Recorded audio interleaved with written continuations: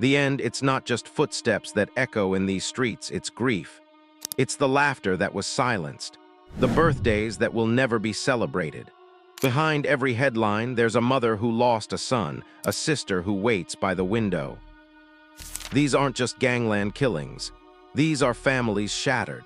And tonight, we uncover the darkest paybacks that tore entire communities apart. These are lives, torn apart by knives, guns, and the kind of revenge that makes young men into soldiers in wars that never end. From Birmingham to Liverpool, from estates to alleyways, the code of the street demands blood for blood, and it never forgets. A quiet walk home can become an ambush. A social media post can spark a gang feud. A stolen stash, a whispered name, even a rumor, all it takes to trigger brutal, calculated violence. These aren't senseless murders. They're messages, retaliation, warnings to anyone who dares to cross the line.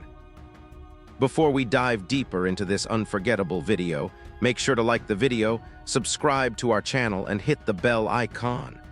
That way, you'll never miss any new coming videos like this. Now, let's get back to it. What you're about to see is raw. True crime stories that cut deeper than the headlines ever could. You'll witness gangland executions not just for money, but for power, for pride, and for payback. In this documentary, we expose the savage underbelly of UK gang wars, the real stories behind street revenge, and the chilling moments caught on CCTV that changed families forever. These are not urban legends. These are court-documented cases with real names, real grief, and justice that came, sometimes too late. This is where it begins, the darkest corners of Britain's gangland, where one death is rarely the end, only the beginning. To understand how this violence begins, you have to see how deep it runs. In towns across the UK, long before the trigger is pulled or the blade is raised, the rivalry begins in silence, through glares from buses, postcode lines drawn in blood, or a feud inherited from older brothers. These aren't just street disputes. They're vendettas passed down with rules, codes, and consequences. If your side was hit, you're expected to hit back. If your name was called, you're expected to answer with steel. And for many young men barely out of school, choices come fast. Pick your crew or stay vulnerable. Stay neutral and you're fair game to both. Cities like London, Manchester, Birmingham, and Liverpool have all watched the rise of local legends, names known not for achievements, but for how many enemies they've silenced. Rap videos have replaced warnings. Social media posts become bait, and DMs send locations that lead straight into traps. This is where retribution lives. No courts, no trials, just street law. And one of the most chilling examples began on a bitter January night in the Midlands. Bailey Atkinson was just 21 when his story ended on the cold pavement of Walsall town centre. Not by chance, not at random, but by design. He had left behind the gang life in Coventry, moved to Walsall, tried to rebuild, but grudges don't expire. In his rearview mirror, old enemies had followed, and on January 28, 2023, they found him. 7 attackers, 2 stolen cars, 1 coordinated ambush. He was hunted and he never stood a chance. What followed wasn't whispered revenge. It was a public execution. 1:20 a.m., Walsall town centre. The streets were empty. Market stalls stood quiet under the flicker of street lamps. Bailey Atkinson was walking with a female friend, unaware that shadows were closing in around him. 2 stolen cars, a black Seat Leon and a Toyota Verso, rolled silently through the darkness. Inside them, 7 young men, blades ready, faces set, each of them with one name on their mind, Bailey. This wasn't a fight, it was a mission. CCTV would later show how they stalked him corner to corner. One car swerved suddenly, Bailey ran. His friends split off in another direction, but no one was chasing her. They had already chosen their prey. Bailey sprinted down the high street, his footsteps echoing against shuttered shop fronts. But he had nowhere to run. The group cut him off outside Poundland, forcing him back toward the market where it had all begun. He slipped, grabbed a lamppost for balance, and that's when they swarmed. 7 against 1, armed with 24-centimeter blades, a Rambo knife among them. The attack was brutal, precise, and merciless. Over 30 stab wounds, including deep strikes to his back and thighs. A coordinated pack attack in the center of town. When it ended, they fled. No panic, no hesitation, just methodical retreat into waiting cars. Flames lit up Slater Street minutes later. The vehicles burned out, evidence gone. Bailey was rushed to hospital. He told police, "I'm going to die, tell my mom I love her." At 2:55 a.m., he was gone. In its aftermath, headlines called it gang violence. But to his family, it was a son, a brother, a life stolen. And for some, it wasn't over. Justice would come, yes, but so would revenge. In the days after Bailey Atkinson's murder, Walsall changed. Candles, flowers, and photos piled up where he fell. Friends and family stood in silence, unable to understand how quickly it had all ended. But behind the grief, something darker began to stir. Police wasted no time. Investigators scoured CCTV, traced phones, lifted fingerprints from the burned cars. Piece by piece, the ambush unfolded in front of detectives. Faces caught on camera, meetings in car parks, phones pinging towers across Walsall. Within weeks, names turned into arrests. Patrick Brooks, Ronan McCulloch, Sunny Loveridge, Benjamin Wilkes, and 3 unnamed 17-year-olds, all charged with murder. Their motive, not random violence, but revenge for a prior incident involving someone close to them, a feud that hadn't died, only gone quiet. The courtroom exposed everything: videos, forensics, witnesses from a nearby ASDA who watched the attack unfold. Court documents described it as a pack mentality, a group trained by the streets, hunting with one purpose: to kill. On May 24, 2024, justice was served. Life sentences for all 7, but behind bars doesn't always mean the end. In some circles, Bailey's death still demanded payback. Among those closest to him, grief turned to rage. The streets were still talking, whispers of retaliation, of an answer that would come not in court, but in blood. And on July 8, 2023, it did. 5:00 p.m., Well Lane, Blakenall Heath. Families nearby. Children walking home from school. A van parked at the curb with 2 men inside, Connor Brooks, brother of one of Bailey's killers, and his friend Bradley Sladson. Then came the black Ford Focus. Stolen, disguised, creeping down the road, a window rolled down. And a shotgun came up. The blast echoed across the street. In just 6 seconds, a single shot shattered the calm. Connor Brooks was hit in the head at point-blank range. His friend Bradley flinched, the shotgun blast grazing his shoulder. He would survive. Connor wouldn't. He slumped against the window, already motionless before anyone could reach him. The black Ford Focus didn't wait. It sped away from the scene. Parents pulled their children off the pavement. Screams filled the air. What looked like a random drive-by was anything but. This was Bailey's vengeance, a message delivered in daylight. The car was later found dumped and torched, but inside it had already told its story. Traces of gunshot residue, fingerprints, and crucial DNA. Not long after, a sawn-off shotgun was found in a nearby bin bag, wrapped but not forgotten. Investigators unraveled the hit quickly.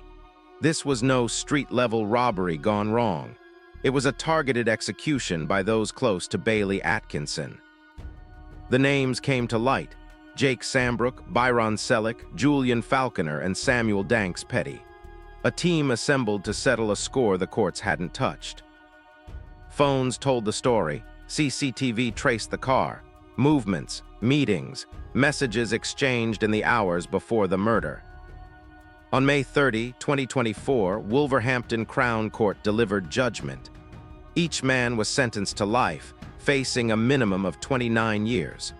One would get 3 years for covering tracks, but the others would grow old behind bars. The streets had been avenged, but not healed. Because executions like these don't end cycles. They feed them. Every killing leaves behind another grudge, another family broken, and another crew waiting to settle the score. And across the UK, the cycle was already repeating. Violence used to hide in alleyways. Now it walks into gyms, shows up in traffic, it waits in car parks. The turning point came not when the streets fell silent, but when no place felt safe anymore. Revenge had evolved. No longer were these quick feuds or postcode scraps. These were organized, almost militarized acts. Every hit followed by GPS movements, burner phones, stolen vehicles, and vanishing weapons, planned with precision.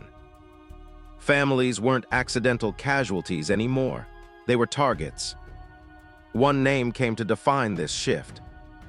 Lenny Scott, a former prison officer, father of 3. He wasn't part of any crew, but he spoke out. At HMP Alt Course, he uncovered a secret phone inside a prison cell. A phone that contained messages exposing an illegal affair between an inmate and a prison officer. Elias Morgan was that inmate. When Lenny refused a bribe to keep quiet, something broke in Morgan. He issued a threat, "I'll bide my time." With his fingers shaped like a gun, he promised revenge. Years later, Morgan was free, and so was his grudge. On February 8, 2024, it happened. Lenny was at his gym in Skelmersdale. He walked out into the car park, unaware of the man in the high-vis jacket watching from the shadows. 6 gunshots, no warning, no time to run. Lenny died that night, a father, a whistleblower. Killed not for money, not for turf, but because he stood up. And that's when the line blurred completely. No longer was Gangland revenge about control. It became about silence, about fear, about sending a message to anyone who dared speak truth, even outside the streets. And behind it all, the war kept building. When Lenny Scott was murdered, it wasn't just a hit, it was a signal. Even the walls of a prison couldn't hold back revenge. If you crossed the wrong man, time didn't matter, place didn't matter. Justice wouldn't come from a courtroom, it would come from a bullet. And that's exactly how Martin Hamilton lived and died. To some, Hamilton was feared. To others, he was hated. Known in Glasgow's underworld as the Black Hill Butcher, he had a history steeped in torture, rape, and drug-fueled domination. He used fear like a weapon and silence as his cover.